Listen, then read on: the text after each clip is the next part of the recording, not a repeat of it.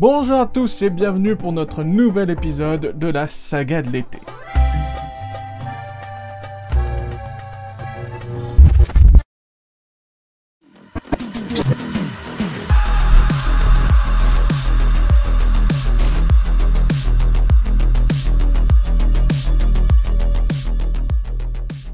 Nous nous retrouvons pour ce deuxième épisode de notre saga de l'été. Bon, la saga de l'été, pour rappel, c'est ce moyen que j'ai trouvé pour vous parler des productions audiovisuelles françaises qui sont d'une qualité discutable, mais d'un coût de production considérable.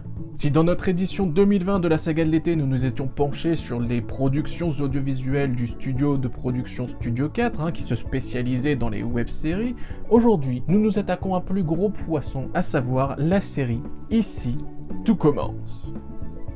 Alors bien sûr, je vais me permettre de faire un petit résumé dans notre épisode 2. Si vous n'avez pas encore vu l'épisode 1, je vous invite à le regarder, car comme ça, vous saurez un petit peu qui est qui, on survole également un petit peu quelle est la trame principale, les éléments clés, ainsi que de parler des incohérences et des dialogues. Rappelons une chose, cela dit. Je me permets de prendre quelques précautions oratoires car je ne cherche pas à ce que je sois traîné en justice pour diffamation. Quand bien même dans cette saga de vidéos j'utilise des extraits dans une démarche démonstrative, je ne tiens pour responsable ni n'accuse qui que ce soit ayant pris part à la production des œuvres d'avoir commis quelconque infraction, délit ou crime. Les éléments que je mets en avant dans ces vidéos visent une portée d'ordre analytique et critique et n'ont pas pour but de calomnier. Les précautions oratoires faites, nous allons pouvoir entrer dans le vif du sujet, et comme le veut la tradition de la saga de l'été, je me suis servi un petit rosé. Rappelons une chose, cela dit, si je peux me permettre d'être une serpillière humaine dans l'espace confiné de ma maisonnée, ça ne veut pas dire pour autant que vous devriez en faire autant. L'alcool, c'est avec modération. Musique sans droit. Oh, oh, oh. Ici, tout commence, c'est une série française diffusée actuellement sur TF1 et ce depuis le 2 novembre 2020.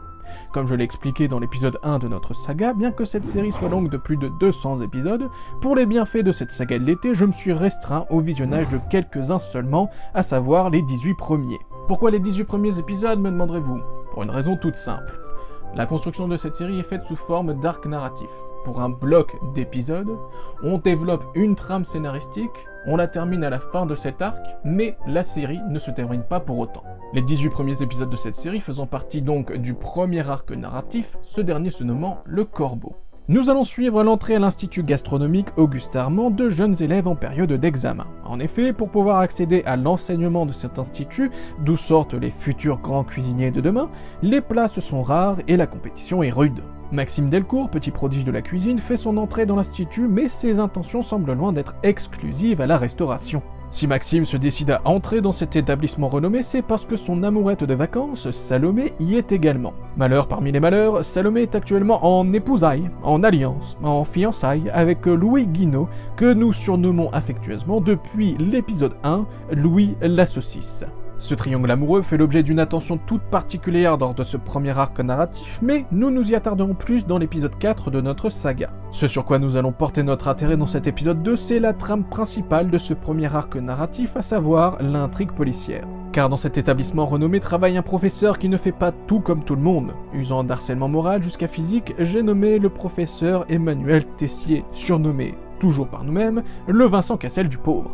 Le chef pâtissier a effectivement abusé moralement de l'un de ses élèves l'an passé, par rapport à la rentrée à laquelle nous assistons, et exerce également le même genre de pression sur son actuelle seconde, Noémie, que nous nommons Colette, car la ressemblance est frappante. Le professeur, ayant tant et tant abusé de la jeune Amandine, son ancienne seconde, il la découvre pendue et décide d'enterrer le corps de cette dernière avec l'aide de Colette dans le potager de l'Institut gastronomique. Sur une période d'environ 1 an, Vincent Cassel mettra la pression sur Colette pour que celle-ci garde le secret.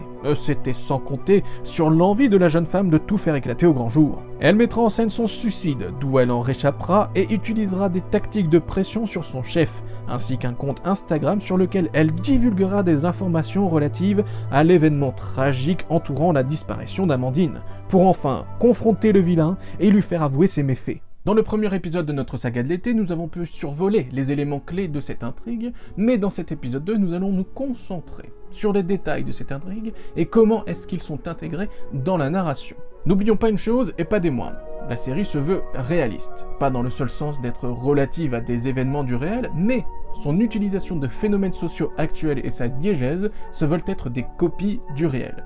Par exemple, l'histoire prend place pas très loin des marais salants du Gard, géographiquement, et on y fait à de très nombreuses occasions référence. Et cette dichotomie entre le « tu vois, ça se passe presque pour de vrai », mais le « eh ben en fait non, c'est une fiction », chez moi ça crée l'envie de dire « mais du coup, qu'est-ce qui tombe sous le coup du réalisme ? Est-ce que tout est logé à la même enseigne ? Ou est-ce que vous faites comme ça vous arrange ? Pour commencer, reprenons depuis le début de l'histoire si vous le voulez bien. Les nouveaux élèves arrivent à l'institut et déjà, premier problème à mes yeux. Salomé discute avec sa bonne amie Anaïs et lui fait savoir que les fantômes de son passé de ses dernières vacances viennent lui faire un petit coucou. La demoiselle étant donc fiancée, s'est laissée aller au plaisir du sable dans la raie avec Maxime. Malheureusement pour elle, ce dernier, épris d'une folle envie de la revoir, se présente à l'institut, ce qui envoie en l'air, non pas lui, mais la volonté de Salomé de cacher sa tromperie. Elle discute donc avec Anaïs, et voici ce que cette dernière lui dit. Ben Louis, je l'aime toujours, évidemment. Tu vas pas le laisser tomber. Non, bien sûr que non. Bah ça va alors. Ben non, ça va pas, rien de savoir qui... N'y pense pas. Maxime c'était juste un crush. Dans un jour ou deux il est reparti. Alors oublie-le. Alors vous allez sans doute me dire, mais ça n'a rien à voir avec l'intrigue policière, menteur, pharisien. Et vous n'auriez pas tout à fait tort. Cela dit, dans un premier temps, je fais ce que je veux, c'est pas toi qui décides. Et dans un deuxième temps, si j'ai souffert, alors vous souffrirez aussi. C'est pourquoi il faut que je vous explique comment va s'articuler cette vidéo. La vidéo va se construire comme suit. Dans une première partie, on va parler du genre de la narration, avec des exemples, et dans la deuxième partie, on va prendre ces exemples, et on va voir comment est-ce qu'ils sont intégrés dans l'intrigue policière. Donc, pour en revenir à notre extrait, nous avons donc Salomé Salomette qui parle avec Madame Anaïs, qui est loin d'être belle de jour, mais qui lui dit donc n'y pense pas à Maxime, hein, c'est qu'un crush. Bon, si vous connaissez la chaîne, vous savez ce que je pense des anglicismes. Hein, bon, si c'est pas utilisé dans un jargon propre à une pratique, et si tu l'utilises comme ça dans la vie de tous les jours, à mon avis, tu es complètement américanisé.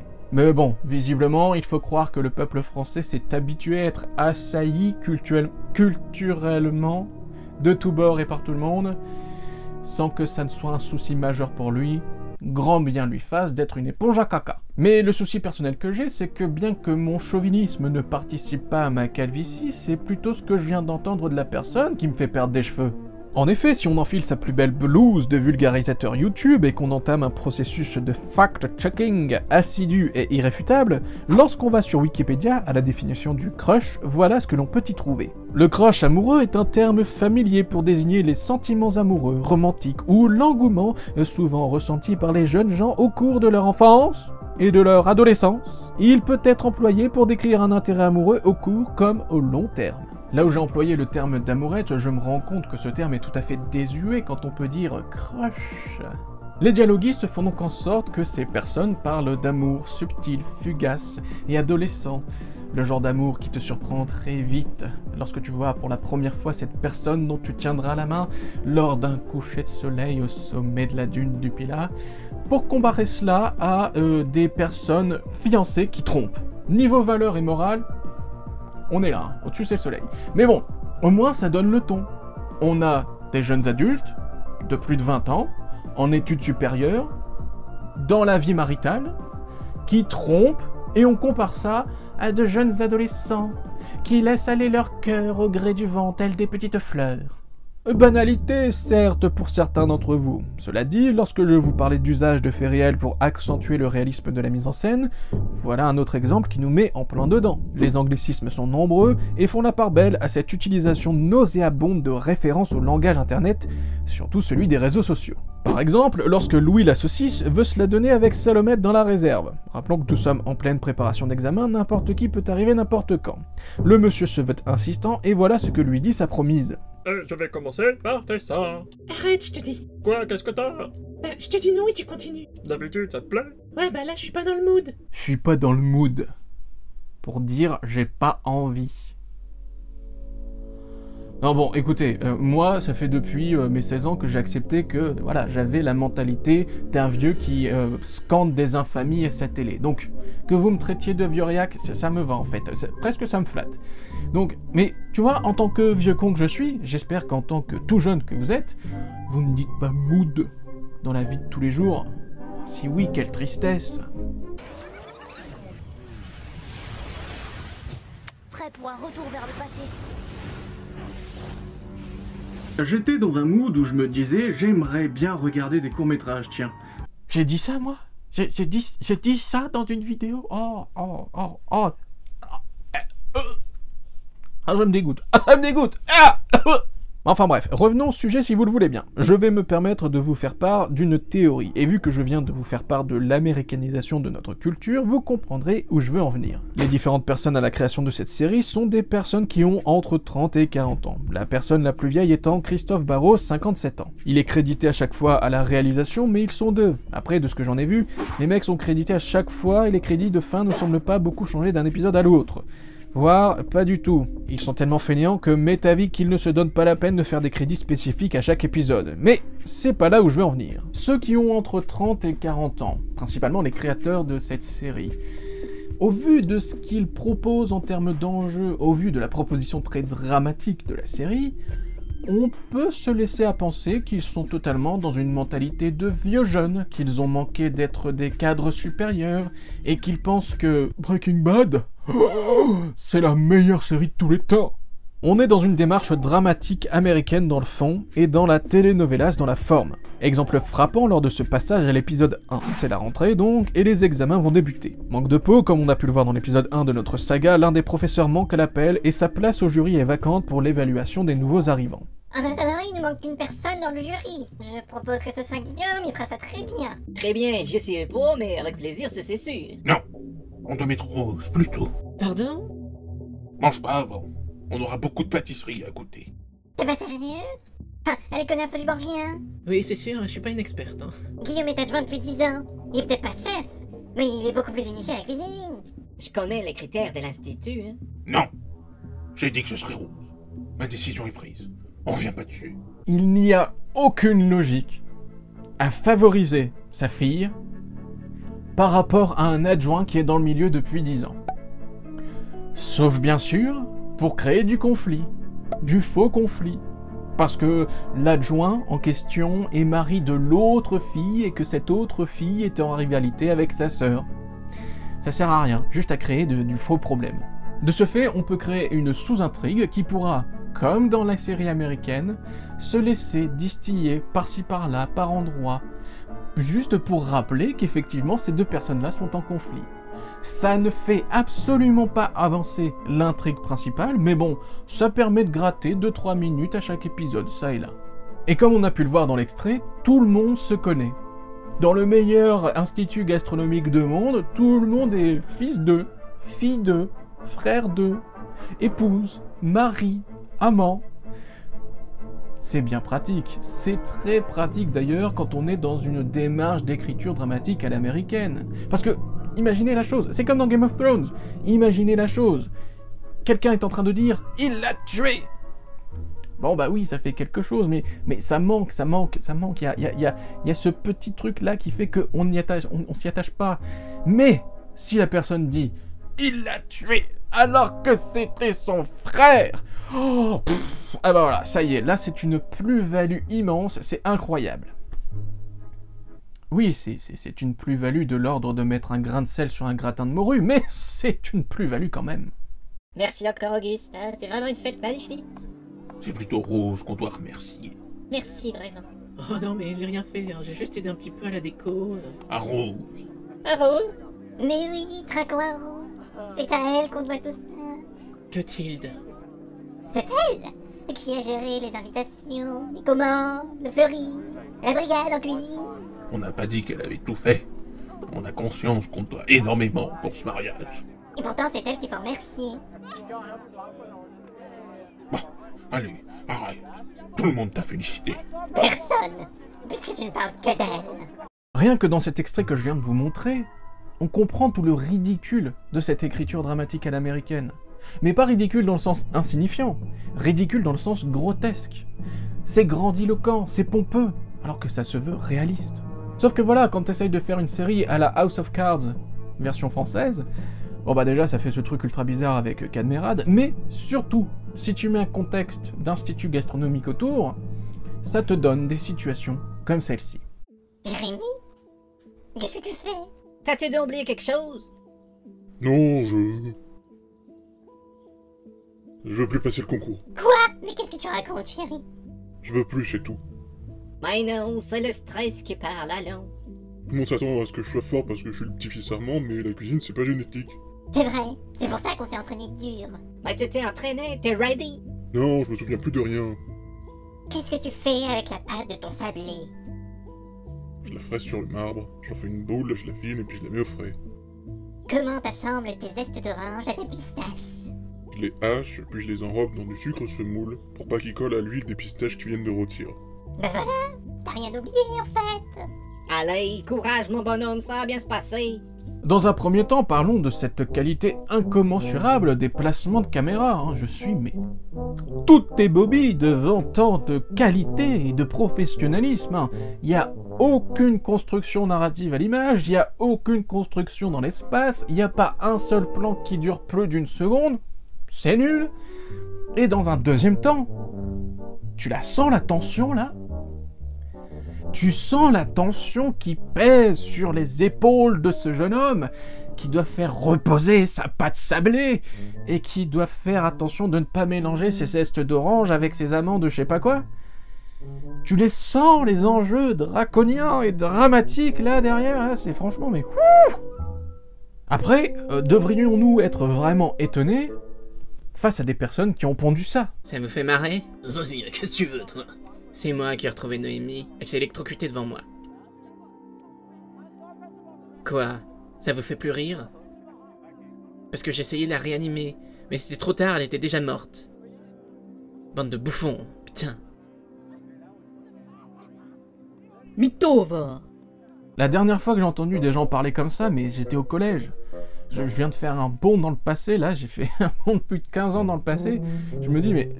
On sent bien l'écriture de ces vieux jeunes qui veulent faire comme si leur dialogue était prononcé par des jeunes. Donc c'est pour ça qu'on a des bouffons, des mythos balancés comme ça, à tout moment, comme dans les années 2000, tu sais. Et à tout moment, je m'attends à ce que quelqu'un vienne et te dise « ça va là, Polos, tu fais trop tiep !» Il n'y a rien qui fait vrai, parce que c'est une fiction, et il n'y a rien qui fait fiction, parce que tout est ancré dans le réel.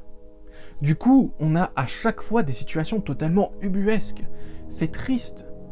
C'est triste, et on pousse parfois plus des longs soupirs agonisants que de tendres râles sympathisants. Cette série, je l'ai dit, c'est une série américaine dans le fond, et c'est une telenovelas dans la forme. On a vu le fond, voyons la forme maintenant. Retournons une fois de plus dans l'épisode 1. Juste avant de démarrer les épreuves, les candidats se voient présenter l'obligation de se changer en tenue de cuisinier, et ce, dans un vestiaire mixte.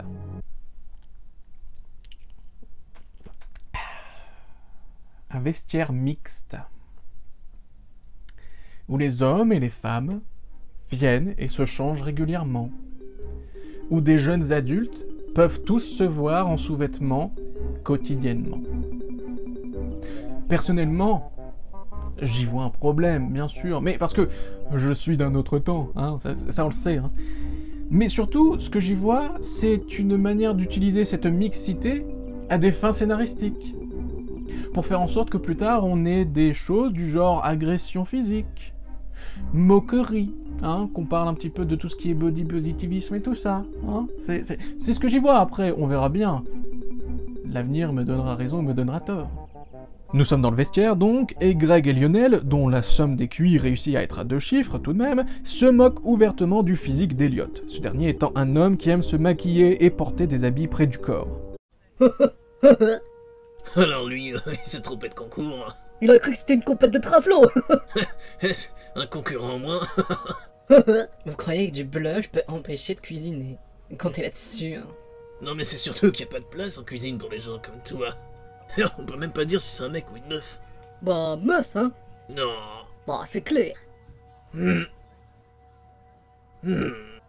Space Blue, tu dis quoi toi? Meuf aussi? Et venez tout le monde, on parie. Tu te trouves drôle, hein? C'est pas moi, c'est lui qui est drôle avec sa gueule de gonzesse là, regarde. Non, bon, alors, qui pense que c'est une meuf, du coup? Ben, vérifiez par vous-même. Le jeune homme, suite à ces invectives et injures, décide donc d'abaisser son pantalon et de montrer son pénis devant un vestiaire rempli d'hommes et de femmes. L'explication et puis les détails de cette scène, on y reviendra dans l'épisode 3 de notre saga. Non, moi ce que j'aimerais vous mettre en avant, bon bah déjà c'est que j'avais raison sur ce que j'ai dit juste avant, mais aussi et surtout, c'est les retombées de cette action. En effet, Hortense, présente pendant le spectacle Son et Lumière du Zizi LR, fait part à Elliot, lors d'une marche dans le parc de l'Institut, de son appétit non pas pour les concombres en tant que tels, mais plutôt de leurs usages dans le cadre de plaisirs solitaires. T'appelais qui? Ta petite amie? Spoiler alerte, j'ai pas de petite amie. Je pensais que c'était assez flagrant. J'ai entendu que t'étais stressé à cause du concours. T'écoutes les conversations des gens, toi. C'est parce que j'adore le son de ta voix, je la trouve super sensuelle. Ok, bah, c'était un petit peu privé, alors merci de respecter mon intimité. Moi, quand je stresse, je m'offre une pâtisserie libanaise. Ou alors un orgasme, ça dépend. Wow. Donc le mot intimité, juste... Tu connais pas. Ça te choque? Tu savais pas que les filles le faisaient aussi? Je veux juste pas le savoir, en fait. Tu le fais pas, toi? Ah si, carrément! Mais d'ailleurs, on est deux en même temps! La pâtisserie libanaise et... C'est quoi ce dialogue ultra lunaire? C'est quoi ce putain de dialogue complètement débile? Donc c'est à ça que pensent les trentenaires et quarantenaires qui adorent Breaking Bad. Quand on leur dit de parler de jeunes, c'est à ça qu'ils pensent. Ils pensent transidentité. Ils pensent jeune femme à légère tendance autiste. Ils pensent également dans tout ça sexe et orgasme. Des trentenaires et des quarantenaires, ce à quoi ils pensent, c'est des gens de la vingtaine qui se la touchent. Bizarre quand même, non? Donc Elliot, il y a pas quelques épisodes, il était là, et vas-y que je te sorte le serpentin, je te la mets autour du cou, ça fait une guirlande. Mais là, il y a une femme qui vient, qui lui dit les choses qui lui font plaisir, et ça devient mais un crime de lèse-majesté. Ah non, ah non, ah non, je ne veux pas que mes oreilles chastes entendent de telles turpitudes. Et tu sais pourquoi on lui fait avoir cette réaction? Et parce que le monsieur, du fait de son attirance pour les autres messieurs, il n'a pas pu avoir encore l'occasion d'ouvrir le berlingot, vois-tu? Il n'a pas encore eu l'occasion de chatouiller le nénuphar. Il n'a pas encore pu trinquer du nombril. Du coup, il se retrouve bien peiné. Enfin non, mais tu vois ce que je veux dire. Mais le pire, c'est que tu sais ce qu'il arrive à nous dire ensuite, le Elliot? Tu m'as pas répondu hier, quand je t'ai demandé avec combien de mecs t'avais couché. Parce qu'on se connaît à peine, on n'est pas obligé de tout se dire non plus. C'est comme ça. C'est intime. La première phrase sensée depuis le début de cette série, elle est là. On ne se connaît qu'à peine. Les histoires d'amour, ça doit rester intime. Et elle est prononcée par celui qui a fait l'hélicobite le premier jour d'école. Alléluia. Et tu vois, et ce côté grandiloquent, excuse-moi, et ce côté grandiloquent, eh ben on le doit dans la forme donc au côté telenovelas. On lui doit parce que, tu vois, dans les telenovelas, bien qu'on fasse des intrigues à rallonge pendant des milliers d'épisodes, eh ben on n'a pas le temps de développer les personnages en fait. Les personnages dans ce genre de série, ils doivent être identifiables en un quart de seconde. Étant donné qu'on a énormément de personnages qui doivent intervenir dans les intrigues, le spectateur doit pas passer son temps à essayer de se souvenir qui est qui, sinon il est en train de rater ce qu'il se passe à l'écran. On rappelle qu'on est dans une dynamique d'écriture télévisuelle. Les gens qui regardent la série, ils ont pas tous le récepteur avec la télécommande qui permet de faire pause ou de revenir en arrière. Il faut que les gens qui voient ce qui se passe à l'écran, ils comprennent instantanément ce qu'il va se passer. Il faut que chaque personnage soit reconnaissable à soit une caractéristique physique, que ce soit un tic corporel ou une particularité physionomique. Mon seul conseil, soit une particularité dans le langage. Pour certains, ce sera des insultes, comme on l'a vu avec le personnage de Vincent Cassel dans l'épisode 1 de notre saga. Comme vous le savez, vous avez 2 heures pour réaliser votre pâtisserie. Vous vous êtes entraîné chez vous? Vous allez quand même faire de la merde. Et pour d'autres, ce sera des expressions, à défaut d'un mot plus approprié. Louis, on peut y aller, j'ai une course à faire. Bien sûr, princesse de l'extase. À plus, et encore bravo, mec. Personne ne parle comme ça. J'ai l'impression de dire ça à chaque fois, tu vois, mais en plus c'était un des reproches que je faisais beaucoup aux web-séries dans notre édition 2020 de la saga de l'été, mais personne ne parle comme ça. À mes yeux, les dialogues doivent rester crédibles. Ce n'est pas parce qu'on évolue dans un univers de science-fiction avec tout le techno-babillage, ou parce qu'on évolue dans un univers médiévale ou que sais-je encore, tu vois, tu sais, type fantasy, que forcément, avec tous les noms propres qu'il y a, ça ne doit pas être crédible. Il faut que ça reste crédible. Que des elfes millénaires me disent qu'ils doivent aller combattre des orques, et qu'ils font cela en chevauchant des rennes géants, et qu'ils seront aidés dans leur tâche par des arbres millénaires, qui marchent eux-mêmes et qui sont conscients qu'on appelle des Ents. C'est pas la question de croire si ça existe ou pas, c'est surtout que je me dis que dans l'univers, c'est ok, ça colle. Que l'on mette un jeune bourge qui dise à sa copine, devant un mec qu'il connaît depuis à peine plus d'un jour, « T'es vraiment la princesse de l'extase ?» Ah non, je suis désolé, je n'y crois pas. C'est mauvais comme écriture. Comme je l'ai dit, vu qu'on est dans le domaine de la telenovelas dans la forme, on n'a pas le temps de développer sur le caractère profond des personnages, et du coup, à chaque fois qu'ils doivent apparaître à l'écran, eh ben on les réduira à l'état de cliché. Maintenant que vous avez tous ces éléments en tête, la série type américaine telenovelas, les invraisemblances, les incohérences, le fait de dire c'est vrai mais en même temps c'est de la fiction, vous mélangez tout ça. Vous ajoutez à cela donc une intrigue policière, et vous savez ce qu'il en résulte? Une intrigue complètement daubée du cul. Attaquons-nous donc maintenant à l'intrigue policière. Étant donné qu'on vient de parler des dialogues complètement stupides, je vous présente l'un des pires exemples. Pour vous remettre dans le contexte, nous avons donc la jeune Amandine qui, suite au harcèlement de son chef, s'est pendue. Le chef a enterré le corps avec la meilleure amie d'Amandine, et les deux ont réussi à garder le secret jusque-là. Des messages envoyés par le corbeau arrivent jusqu'à Vincent Cassel, et ce dernier, pensant bien entendu qu'il ne peut s'agir que de Colette, tente de lui mettre encore la pression, et il le fait en ces mots.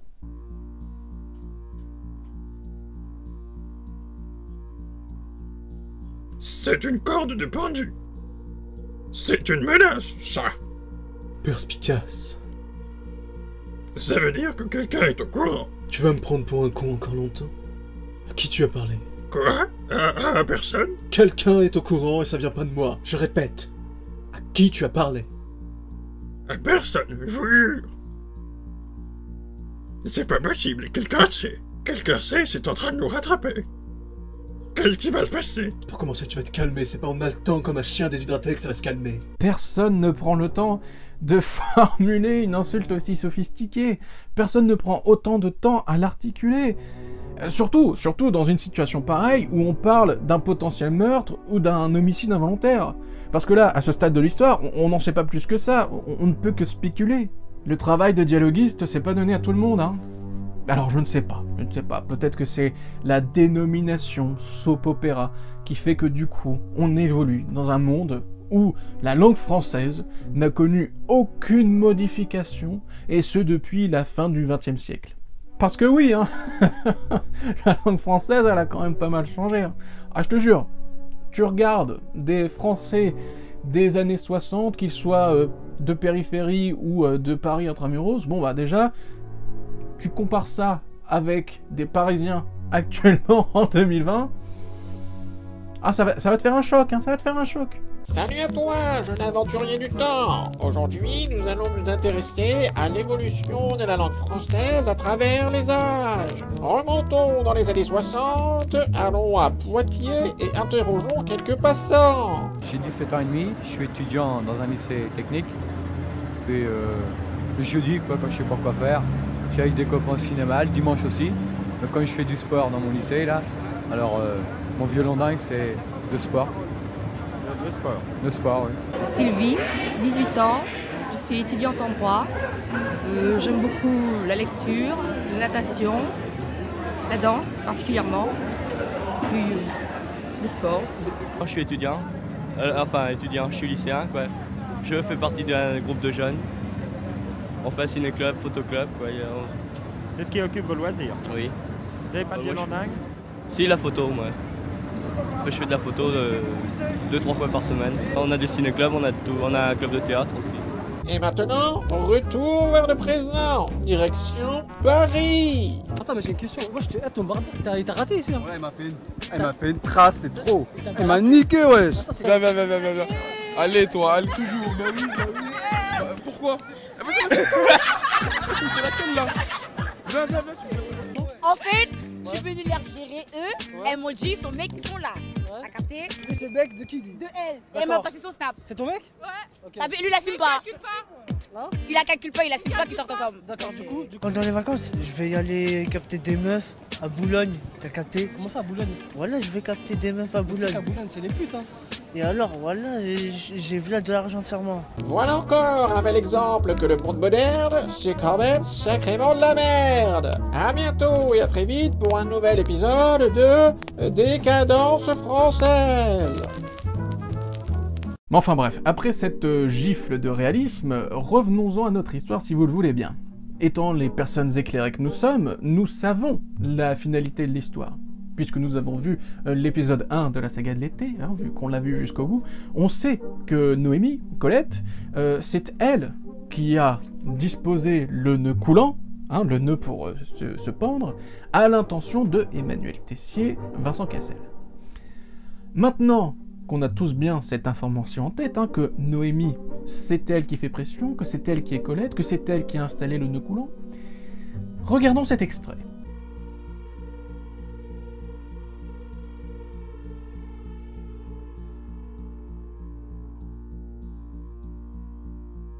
On lui va envoyer un crâne par la poste. Oula, oula, oula, c'est lui le méchant. Attention, il faut bien le reconnaître, c'est lui le méchant. Attention. Il le prend plutôt bien quand même, hein. Ah bah oui, parce que bon, pour rappel, dans Le Parrain, Jack Woltz, il retrouve une tête de cheval ensanglantée, hein, la tête de son cheval à lui, dans son lit, et il hurle à la mort. Mais lui, bah non, voilà, c'est un crâne humain, il le prend comme ça, et puis il fait, ouais, bon, un lundi comme un autre, quoi. On pourrait se dire que, bon bah, il a touché, puis il a vu qu'à la surface, bon bah, c'était tout propre, c'était un faux, voilà. Il l'a pris à pleine main, il s'est dit, oui, bon bah, c'est un faux, c'est pas grave, c'est un prank, comme disaient les jeunes. C'était sans compter le deuxième extrait que je vais vous mettre. Pourquoi t'as fait ça? T'as eu besoin d'être conforté, de te confier peut-être. J'ai reçu ça dans mon casier. Si quelqu'un l'a retrouvé, ça veut dire que l'un de nous deux a parlé. Or, c'est pas moi. Moi non plus, je vous l'ai déjà dit. Alors pourquoi tu reçois pas des messages de corbeau, toi? Je sais pas. C'est pas un faux. C'est un vrai. Non seulement c'est un vrai, mais en plus c'est celui d'Amandine. La pendue. La meilleure amie de Colette. Et c'est Colette qui a mis le crâne, qui allait le déterrer. Hein, elle est allée déterrer le crâne de sa meilleure amie. Elle l'a mis dans un papier recyclé. Attention, hein, on fait attention à la planète quand même. On est des monstres, mais pas tant que ça. Et elle l'a mis comme ça, là, dans le casier de son bourreau. Et puis lui, il l'a pris comme ça. Regarde, oh là là, je suis un acteur, être ou ne pas être. Et puis comme ça, tout est normal, tout est normal. Le fait qu'elle soit allée déterrer le crâne de sa meilleure amie, et qu'elle ait pu le prendre comme ça, et puis que l'autre, il puisse la prendre comme ça à pleine main, mais ça démontre qu'ils écrivent avec le cul. C'est ridicule parce que des bobos qui sont en études supérieures de gastronomie, ils passent toute leur journée à découper des têtes de poisson, ça veut pas dire pour autant qu'ils peuvent prendre à pleine main le crâne de quelqu'un qu'ils ont connu, qu'il l'ait enterré ou pas. On n'est plus dans Ici tout commence, on est dans Breaking Bad. Mais un détail, hein, juste un détail. Le fait de se débarrasser d'un corps dans Breaking Bad, ça dure quand même vachement plus longtemps. On les voit en chier comme pas deux, on les voit avoir des remords, on les voit avoir des états d'âme.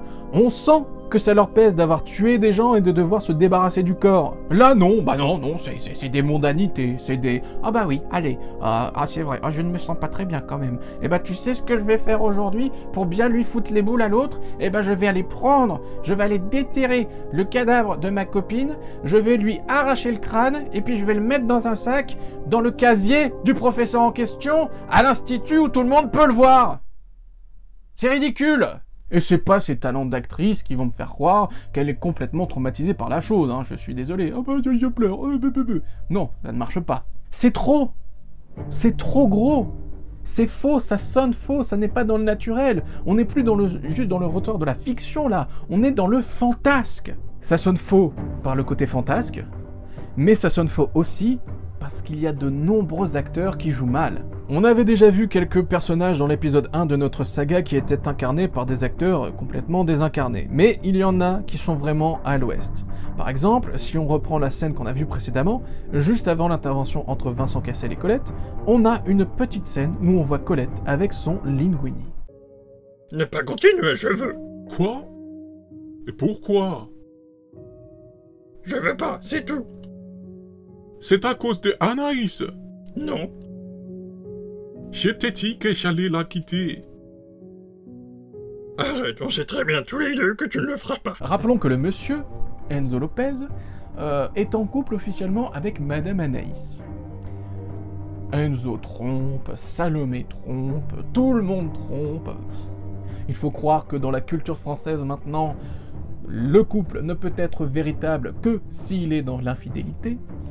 Rappelez-vous ces merveilleuses campagnes publicitaires pour les sites extra-conjugaux, et ce, dans les rames de métro. Un classique.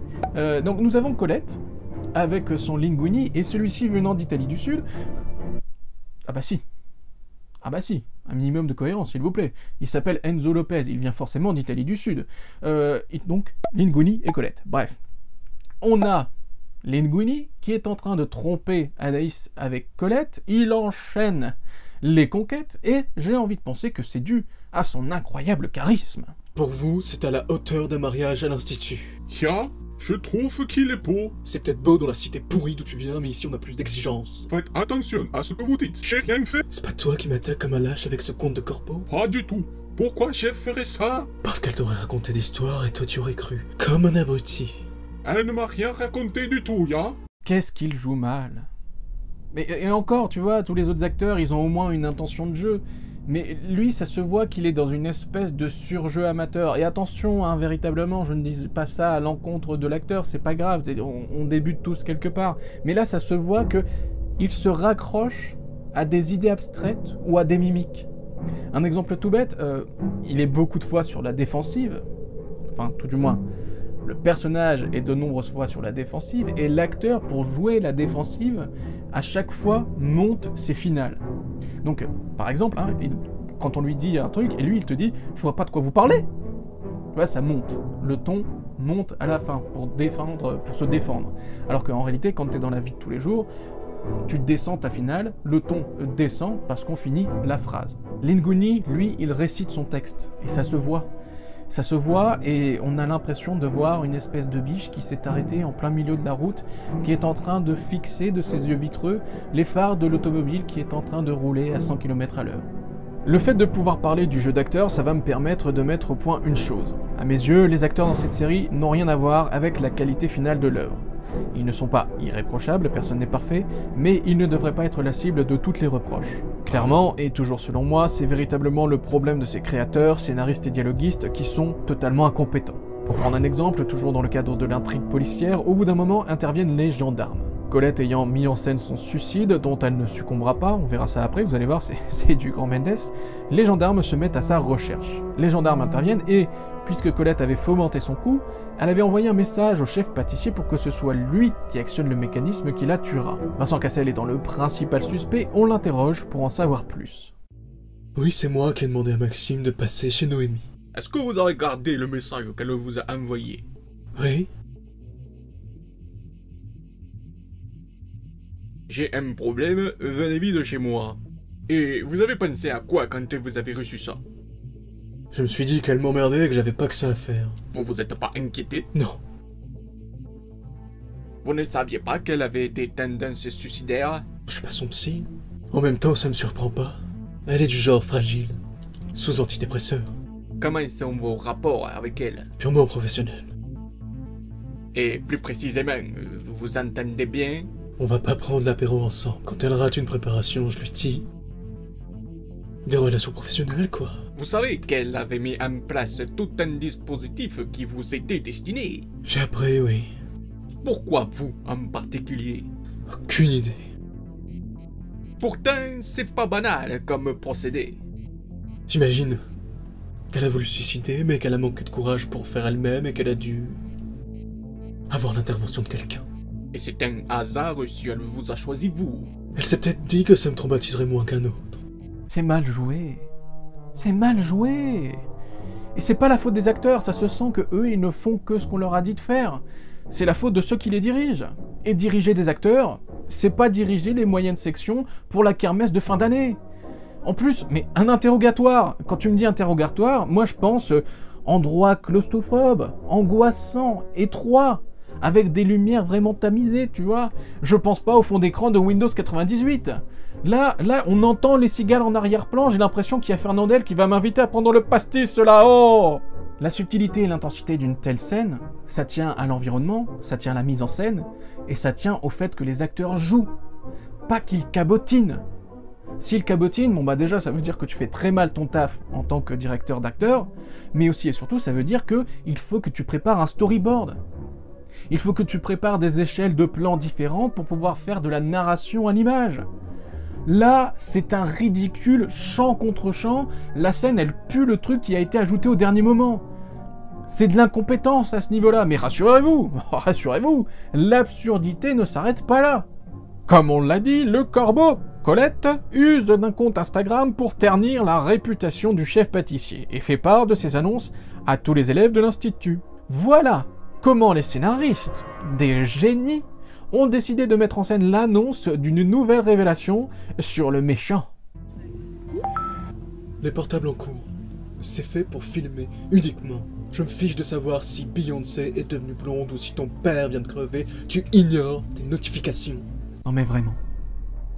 Non mais vraiment, vous faites en sorte que les élèves, donc, aient leur téléphone à la main pendant leur cours, qu'ils enregistrent ce qu'ils sont en train de voir, pour pouvoir faire en sorte que derrière, ils reçoivent tous en même temps le message du corbeau. Vous inventez prétexte sur prétexte pour votre scénario à la manque, pour remplir cette espèce de... Mais c'est absurde en fait. C'est juste absurde, il n'y a pas d'autre mot, c'est absurde. Tu vas pas enregistrer dans une résolution dégueulasse quelque chose que t'es censé observer, surtout si en plus c'est un chef pâtissier d'un institut renommé. C'est absurde. Mais vu qu'il faut faire avancer le scénario tout aussi absurde, on fait en sorte qu'ils aient tous leur téléphone pile à ce moment-là. Mais bon, comme ils sont en plein cours, ils sont pas censés sortir leur téléphone, alors on va inventer un truc débile pour qu'ils puissent le sortir quand même. Voilà. Mais dis donc, les réunions d'écriture chez vous, ça devait être une effervescence sans pareil. Et encore, ça n'était qu'une situation débile parmi tant d'autres. Mais là, vraiment, j'aimerais qu'on s'attaque au nœud du problème. En effet, comme j'ai pu vous le répéter à de nombreuses reprises, Colette a mis en scène son suicide. Elle a inventé un système pour piéger son chef. Le but étant de l'attirer dans la salle de bain, là où elle se trouverait dans une baignoire remplie d'eau, et au-dessus de laquelle sont allumées plusieurs lampes. En actionnant la porte, un mécanisme se déclenche, faisant tomber les lampes et électrocutant la demoiselle. Manque de peau, ce n'est pas le chef qui vient, c'est Maxime. Ce dernier étant commandité par Vincent Cassel parce que trop occupé, il arrive et actionne le mécanisme, électrocutant ainsi Colette. Sauf que voilà, c'était pas l'envie principale que de la tuer pour Maxime, donc lui, en bon samaritain qu'il est, c'est une gueule d'ange, mais c'est aussi une âme d'ange, il la sort de l'eau. Non, lui, il a pas de problème. Il peut mettre les mains dans de l'eau pour la sortir, et même s'il y a eu de l'électricité dedans, lui, il se fait pas électrocuter. Tout baigne. Pardon. Il l'a fait sortir de l'eau, et Saint-Maxime qu'il est, entame de sauver Colette.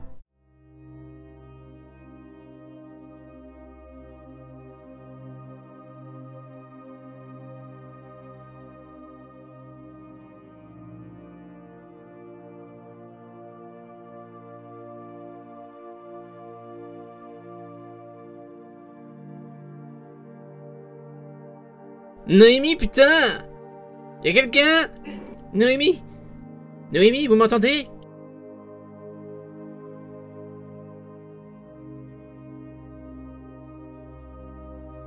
Noémie? Putain.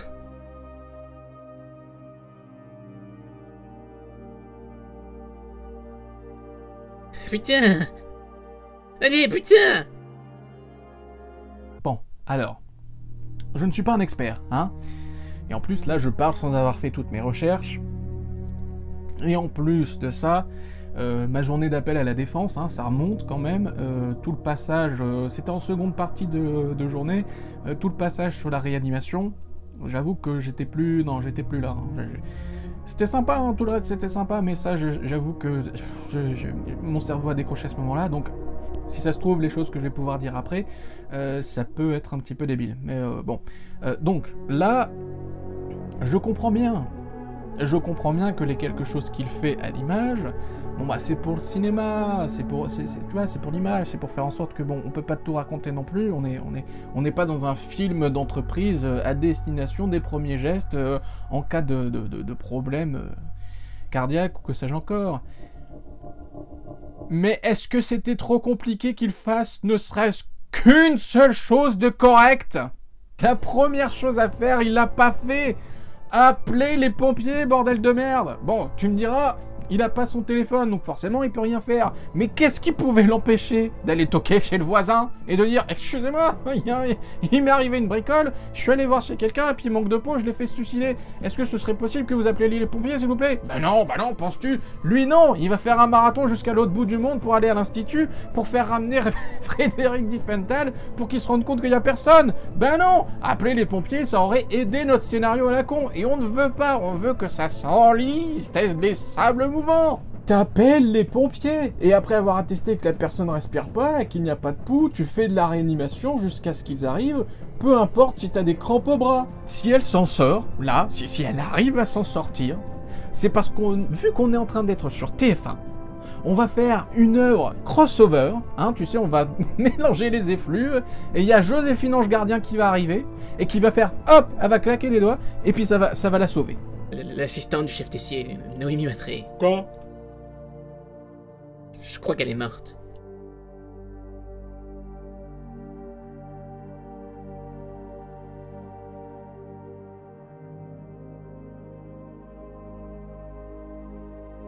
Et là, j'ai ouvert la porte de la salle de bain, il y a des trucs, il y a des lampes qui sont tombées dans l'eau. Je sais pas, ça a explosé de partout. C'est quoi? Elle s'est électrocutée? Ouais, je crois. Et j'avais pas mon téléphone sur moi, je savais pas quoi faire.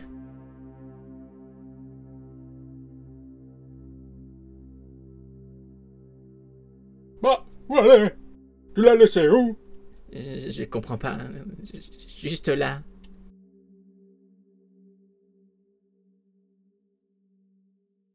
Ah bah non. Ah bah non, je me suis trompé. C'est pas Joséphine Ange Gardien qui a claqué des doigts. C'est Thanos. Elle a disparu, comme ça. Pof. Oh là là, dis donc, mais oh, qu'est-ce que c'est bien écrit. Oh là là, mais oh, je suis ébasourdi là, franchement. On en arrive au nœud du problème. Avec cette narration, on fait en sorte que tout tourne autour de l'Institut, et dès lors, tous les éléments qui lui sont extérieurs sont nuisibles pour l'évolution des personnes de l'Institut. Typiquement, étant donné qu'on a là une intrigue policière, la chose qui pourrait être nuisible pour l'évolution des personnages, qui veulent, eux, résoudre cette intrigue policière, c'est la police en elle-même. Au bout d'un moment, donc, la police, du moins les gendarmes, mettent leur nez dans les histoires. C'est un problème parce que lorsqu'on intègre la police dans la narration, alors que l'histoire se veut ancrée dans le réel, on se retrouve avec un élément qui, lui, peut, pour le coup, faire vraiment avancer l'intrigue. À savoir que les policiers font un vrai travail. Et attention, là, c'est pas la police qui vient 20 minutes après parce que t'as appelé pour ta page nocturne. Non, non. Là, je peux peut-être dire des conneries, mais il me semble que c'est la brigade criminelle qui se déplace. Il y a une investigation en plus, pour le coup, étant donné qu'on a l'air de croire le témoignage de l'autre sans le suspecter et que le corps a disparu, il s'agit d'un enlèvement. Donc, si tu as un atout aussi puissant que la police dans ton intrigue policière, tu ne veux pas que ce soit elle qui résolve l'affaire. Étant donné que tu es un scénariste à la manque qui a vu toute l'intégrale de Scooby-Doo, ce que tu veux, c'est que ce soit le public qui résolve l'affaire au travers des actions des personnages principaux. Du coup, dans un univers ultra réaliste, la police, la gendarmerie, son efficacité, elle est réduite à ça. On ne peut tirer aucune conclusion sur la disparition de Noémie Matré. Noémie dit clairement qu'elle s'est suicidée. Je sais. C'est à cause du chef Tessier. Antoine. Que l'on ne sait pas dans quelles conditions ce message a été fait et qu'on n'a pas de corps. Il n'y a pas de corps parce que quelqu'un l'a fait disparaître. C'est ça qui est inquiétant. Antoine. Il se trouve que nous n'avons récolté aucun ADN dans la salle de bain, à part ceux de Noémie Matré et de Maxime Delcourt. On peut déplacer un corps sans laisser d'ADN derrière soi. Antoine. Noémie veut salir Tessier, et vous tombez dans son piège. Elle a simplement retrouvé ses esprits et est partie d'elle-même. Les deux hypothèses sont envisageables. On va continuer les recherches et on vous tiendra au courant. Merci, monsieur. Écoutez, mademoiselle, au vu des éléments de l'enquête qui viennent de nous être transmis directement par notre laboratoire scientifique, je peux vous dire, nous pouvons même vous assurer, avec la plus grande certitude, que nous ne savons rien du tout. On ne sait rien. Tout est possible comme rien du tout. Voilà. En tout cas, je peux vous assurer que nous travaillons d'arrache-pied. Que l'affaire ne trépigne pas. Oh, mais dis donc, vous avez vu l'heure, hein? Mais c'est bientôt l'heure de la soupe. Oh, alors, dis, je suis garé où? Mais le pire, c'est que ça ne va pas en s'arrangeant. T'es prêt à faire tomber Tessier cette fois? C'est-à-dire? On sait qu'il cache quelque chose. Il te menace, il flippe du corbeau, puis il y a des messages de vendredi aussi. L'autre mec est comme Nafu, là? Ouais, on était sur une piste. Tessier se serait jamais vengé sur toi si c'était rien. Chais, mais tu veux qu'on fasse comment?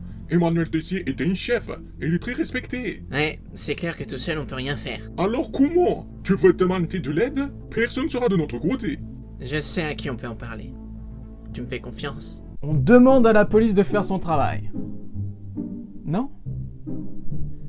C'est les élèves de première année qui doivent faire tout le travail. Ah, j'avais encore oublié.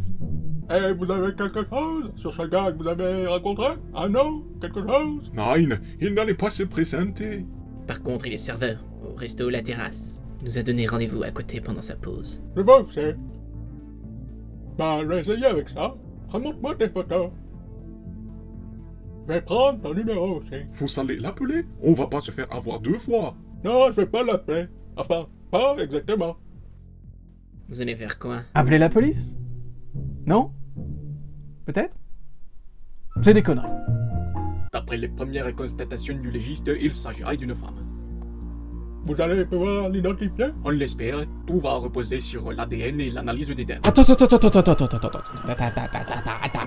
Quoi? Quoi?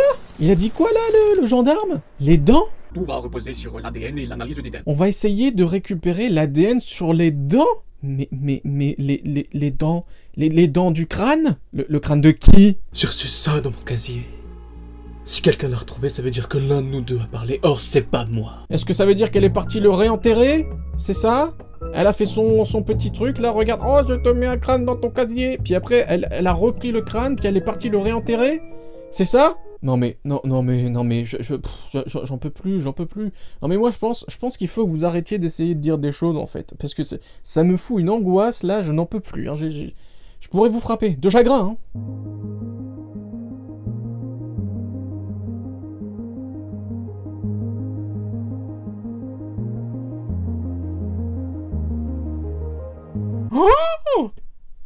Oh là là! Oh là là! Oh, en fait, depuis le début, c'était elle, le corbeau. Ouais, non, je sais, c'est pas étonnant. Et le plus étonnant, c'est qu'il n'ait pas réussi à la retrouver plus vite que ça, en fait. Parce que bon, un petit traçage d'IP depuis le compte Instagram, bon, j'ai envie de penser que bon, ça se fait en un claquement de doigts, hein, si t'as les bons tuyaux dans la police.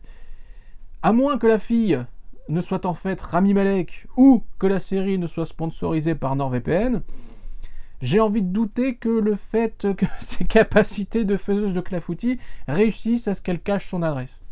Ouais. Ah bah non! Je suis con! C'est les élèves de l'institut qui doivent la retrouver. J'avais encore oublié.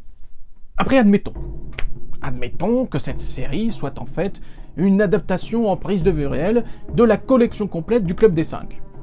À la limite, j'accepterais. Mais ce qui m'embête le plus, c'est qu'ils se torchent véritablement avec l'idée d'être vraisemblables dans leur série.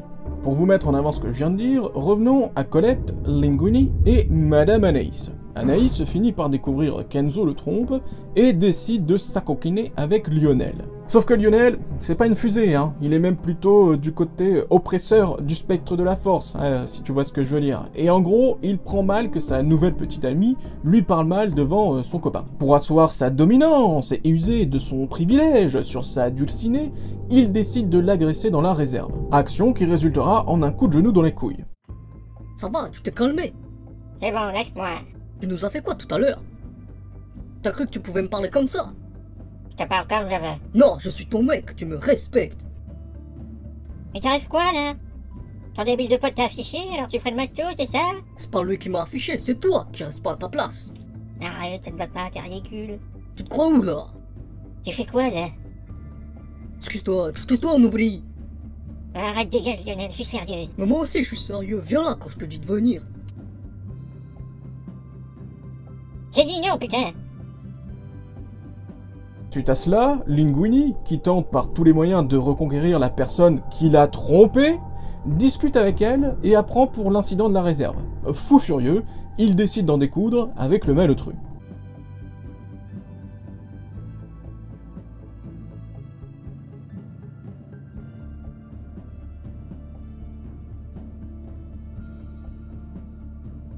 Tu lui as fait quoi? Je sais même pas de quoi tu parles. Me prends pas pour un con. Anaïs, elle est en train de pleurer là, assume. C'est bon, lâche-moi, j'ai rien fait. T'as rien fait, Ya? T'as rien fait, c'est ça? T'es un grand malade, c'est bon, lâche-moi. Tu as essayé de la violer, c'est ça? Mais j'ai rien fait, je te jure. Je ne te crois pas. Ah. Si tu refais encore du mal à Anaïs, la prochaine fois, c'est pas ta main que je brûle. Ça, c'est pénalement répréhensible. Violence physique volontaire, si t'es majeur, ça te vaut de la prison.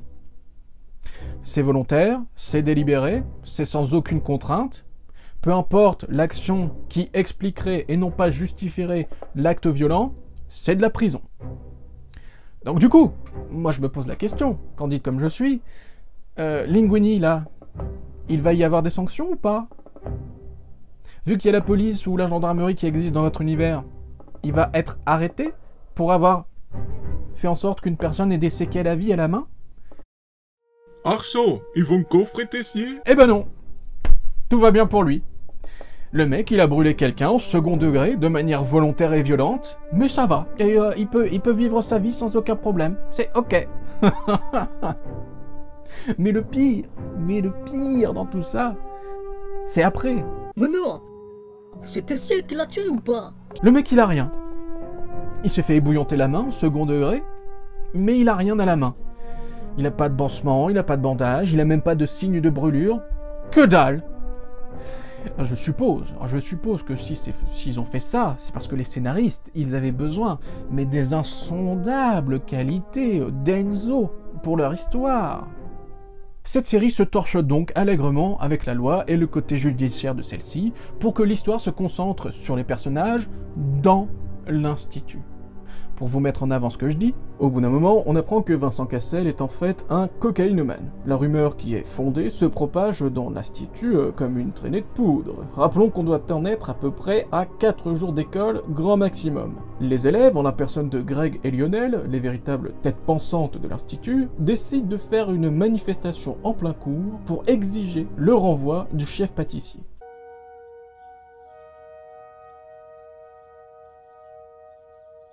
À genoux. Non, c'est mort, on se mettra pas à genoux. Vous allez écarter vos pancartes. Bien haut. Pendant tout le cours. Bon bah ça, clairement, c'est interdit. C'est de l'abus de pouvoir et c'est pénalement répréhensible. Voilà. Est-ce que c'est moi qui ai intégré la police dans l'histoire? Est-ce que c'est moi qui ancre à ce point l'histoire dans le réel? Ce qu'il a fait, c'est interdit, c'est tout. Et on en arrive au point d'orgue, où toutes les choses répréhensibles qu'a fait le Vincent Cassel du pauvre lui reviennent en pleine figure, et voilà ce qui lui arrive en termes de sanctions. J'aimerais que tu reprennes ton poste. Vraiment. J'ai eu tort de te suspendre. T'es un excellent professeur, le meilleur. Et tu peux compter sur mon soutien. Je m'attendais pas. En revanche, tant que l'affaire n'est pas classée, je veux que tu fasses profil bas. Ça veut dire plus de drogue. Bien sûr. Au moindre pas de travers, je serai obligé de te licencier, pour de bon. Je sais pas si tu te rends compte. Pour un professeur qui abuse de ses élèves, qui les maltraite, qui les harcèle, qui les violente, qui est un consommateur de drogue dure pendant ses heures de travail, qui est potentiellement impliqué dans un homicide, la seule sanction qu'il peut lui arriver, c'est d'être licencié. En fait, ce qui m'embête, c'est pas tant le réalisme. Ça m'embête certes, mais pas tant que ça. Ce qui m'embête le plus, c'est l'échelle des valeurs et son rapport avec l'univers fictif de la série. Pour comparer, c'est comme dans Harry Potter et la pierre philosophale, le premier tome donc, où tu as le jeune Harry, apprenti sorcier, qui n'y connaît rien au monde de la magie, mais qui en fin d'année se voit être confronté à un immense cerbère et réussit à en sortir vainqueur. Si tu veux, normalement, quand tu lis ça, tu te dis putain, c'est absurde, il y a une échelle de valeurs qui est complètement disproportionnée, on n'affronte pas une bête aussi immense dans un monde comme celui-ci quand on n'y connaît rien à la magie. Mais avec Harry Potter, c'est pas grave, parce que le but, c'est d'être une œuvre de roman, presque un conte féerique, avec sa magie et sa bienveillance. Le rapport avec le réel, il est totalement inexistant. En l'occurrence, avec cette série, c'est absurde dans le sens invraisemblable du terme. Étant donné que tout se rapporte à cet univers de l'Institut Auguste Armand, alors les pires choses que peuvent subir les personnes qui y demeurent, c'est d'en être renvoyé. Qu'importe que tu ébouillantes quelqu'un au second degré, qu'importe que tu aies des comportements tendancieux, qu'importe la violence, ta punition, ce sera d'être renvoyé de l'établissement. C'est absurde. C'est absurde. C'est absurde et c'est dommage. C'est dommage parce que la série, malgré ses problèmes évidents, a parfois quelques fulgurances. Pour resituer, on est un peu après la nouvelle de l'addiction du chef pâtissier. Théo, son fils, lui-même souffrant d'addiction à la consommation de cannabis, croit voir dans l'addiction de son père la raison de sa propre addiction. Dès lors, il rejette son mal-être sur lui lors de cette scène. De quel droit tu me parles comme ça en plein cours? Je ne te permets pas. La prochaine fois, tu iras récurer les chiottes. Ça t'apprendra à l'ouvrir.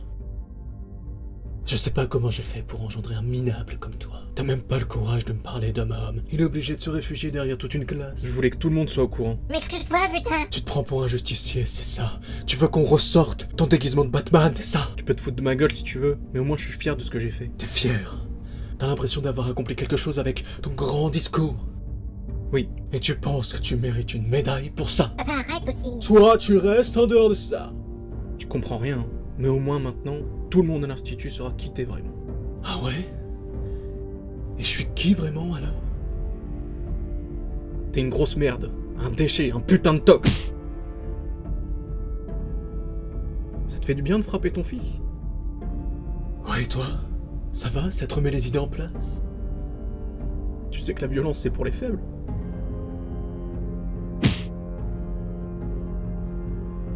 J'ai l'air faible là?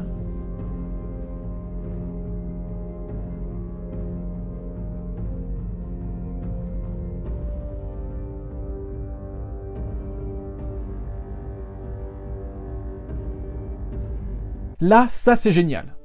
Là, il se passe quelque chose. Là, ça prend aux tripes. L'acteur qui joue le fils, ça se voit qu'on l'a pas arrêté 25 fois pour faire des placements de caméra complètement débiles. Non, il a fait tout d'un coup et ça se sent, il a les tripes, ça prend au cœur, ça prend au boyau. En plus de ça, vu que c'est le fils, il lui dit, en plus il reste droit, tu vois, il est là et il lui dit « t'es qu'un pauvre con ». En plus de ça, nous, en tant que spectateurs, on a attesté plusieurs fois d'affilée que le personnage en question, effectivement, c'était un pauvre con. Mais lui, il est là, c'est son fils en plus, c'est très symbolique comme manière de faire, c'est son fils et il lui dit « t'es qu'un con ». Il se prend 2 tartes et il continue, il reste droit. On joue le fait d'avoir un affrontement physique et un affrontement moral. C'est très bien fait. Bon, on se demande encore pourquoi t'as la sœur qui traîne en arrière-plan, mais bon, hein, rien n'est parfait, tu vois. Mais là, il se passe quelque chose. Et c'est sac. Ils ont réussi à tout foutre en l'air. La scène se termine, on commence à digérer ça en regardant un petit brin de vie avec d'autres personnages. La scène, tout de suite après, on retourne sur les personnages qu'on vient de laisser. En termes de rythme, ça casse tout. On avait une super scène, on avait un bel affrontement, et là on revient tout de suite sur ces personnages, sans laisser le temps de décanter, sans laisser le temps de s'imprégner de ce qui vient de se passer. Et le pire, c'est qu'après avoir accompli un tel acte de bravoure, on te fait chouiner le fils. On te remet tout de suite une scène, on te laisse pas le temps de décanter, on te remet tout de suite une scène avec le fils et la fille, et on te le fait chouiner comme si avec des jérémiades, et tu fais mais putain, mais... En plus, cette scène-là, pour de vrai là, hein, cette scène-là, elle n'a aucune utilité, si ce n'est pour expliquer plus en profondeur pour les quelques demeurés qui n'auraient pas suivi derrière. Ah bah alors, hein, on n'a pas compris, hein, non? On va te rajouter des scènes, hein? On va t'expliquer 4 ou 5 fois la même chose pendant cette scène toute petite, et on va te mettre une musique triste derrière, là. C'est bon? Bien compris? Hein? Oh non, non, non, non, non, je ne vous prends pas pour un con. Je suis blasé. C'est dramatique. C'est dramatique de se tirer une balle dans le pied de la sorte, parce que je le pense sincèrement, avec de tels acteurs, et avec un tel contexte, je suis sûr qu'on pourrait faire, si on n'avait pas un cahier des charges à la con, et si on n'avait pas des idées complètement mais américanisées, on pourrait faire quelque chose d'intéressant. Cette vidéo est maintenant terminée. Dans cet épisode 2, vous aurez pu voir quels sont les problèmes qui sont liés à la cohérence de cet univers fictif, et qu'est-ce qu'il se passe quand on a des scénaristes qui ne manquent absolument de rien dans leur création, si ce n'est peut-être de talent. Dans notre prochain et 3e épisode, nous allons nous intéresser à ce qui m'embête, hein, pour pas dire ce qui m'emmerde et ce qui m'énerve le plus dans cette série, c'est qu'est-ce qu'il se passe quand on essaye d'intégrer à tout prix des phénomènes sociaux actuels avec un cahier des charges, quand on est un incompétent notoire. J'espère que cette vidéo vous aura plu. Si c'est le cas, n'hésitez pas à la rétribuer d'un petit j'aime. Bon, de toute façon, si vraiment vous n'aimez pas ce que je vous raconte, vous pouvez mettre un j'aime pas, de toute façon, on ne les voit plus. Ça. Moi, dans tous les cas, ça fait mes affaires, tu vois, parce que j'aime ou j'aime pas, bah, ça fait quand même du référencement. Donc, n'hésite pas non plus à mettre un commentaire pour dire si t'as pas aimé. Dans tous les cas, ça m'aide quand même. Je vous remercierai, je vous serai gré de pouvoir mettre également un commentaire si vous avez apprécié cette vidéo. N'hésitez pas à me faire part de tous vos retours dans l'espace des commentaires. Vous savez que je lis tout avec assiduité. Je vous dis à très bientôt pour la fin. Et puis j'avais oublié, oh là là, je suis un con, parce que j'avais oublié, parce que, la saga de l'été, en fait, c'est une tradition, et comme toutes les autres traditions, il faut qu'on finisse comme il se doit. Donc, moi je vous dis à très bientôt pour la fin, bon, je finis ça après, ne vous en faites pas, mais d'ici là, portez-vous bien, comme d'habitude, prenez soin de vous, etc., etc., et à très bientôt. Voilà, ça c'était une des traditions de la fin de l'été. Oh, de la saga de l'été, je me suis trompé dans ce que j'ai dit, mais c'est pas grave, c'est la fin de la vidéo, personne ne la regarde. Ah.